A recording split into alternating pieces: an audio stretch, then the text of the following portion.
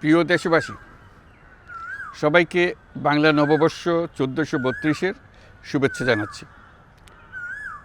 শুভ নববর্ষ। পহেলা বৈশাখ আমাদের প্রাণের উৎসব, বাঙালির সার্বজনীন উৎসব। পুরো পৃথিবীতে যেখানে যেখানে বাঙালিরা আছেন, আজ আমাদের সবার আনন্দের দিন, বর্ষবরণের দিন। বাংলা সাল গণনা শুরু হয়েছিল কৃষিকাজের সুবিধার জন্য, ফসলি সন হিসেবে। এখনও এদেশের কৃষকরা বাংলা তারিখের হিসেবেই বীজ বোনেন, ফসল তোলেন। বাংলা নববর্ষের এক অবিচ্ছেদ্য অংশ হালখাতা। এখনকার আধুনিক সময়েও এখনও এই হালখাতার ঐতিহ্যকে ধরে রেখেছেন বাংলাদেশের হাটে বাজারে, শহরে বন্দরে। নববর্ষের বৈশাখী মেলায় বাংলাদেশের জেলায় জেলায় উদ্যোক্তারা সারা দেশে ঐতিহ্যবাহী শীতল পাটি, মাটির হাঁড়ি পাতিল, খেলনা, হাত পাখা ইত্যাদি তৈরি করে নিজেদের সৃজনশীলতাকে তুলে ধরেন এই দিনকে উপলক্ষ করে। বাংলাদেশের সংস্কৃতি ও ঐতিহ্য রক্ষায় এবং একে এগিয়ে নিয়ে যেতে আমাদের সবাইকে সক্রিয় ভূমিকা রাখার জন্য অনুরোধ জানাচ্ছি। আমাদের এইসব ঐতিহ্য যেন আমাদের নিজেদের মধ্যে সীমাবদ্ধ না থাকে, আমাদের সংস্কৃতি যেন আমরা ছড়িয়ে দিতে পারি বিশ্বের দরবারে।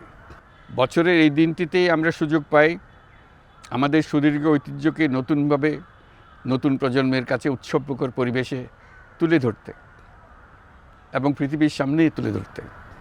পাহাড় ও সমতলের বিভিন্ন জাতিগোষ্ঠীও চৈত্র সংক্রান্তি ও নববর্ষে এবার বড় পরিসরে উৎসব উদযাপন করছে। পহেলা বৈশাখ সম্প্রীতির দিন, মহামিলনের দিন, আজ সবাইকে আপন করে নেওয়ার দিন। এবারের নববর্ষ নতুন বাংলাদেশের প্রথম নববর্ষ।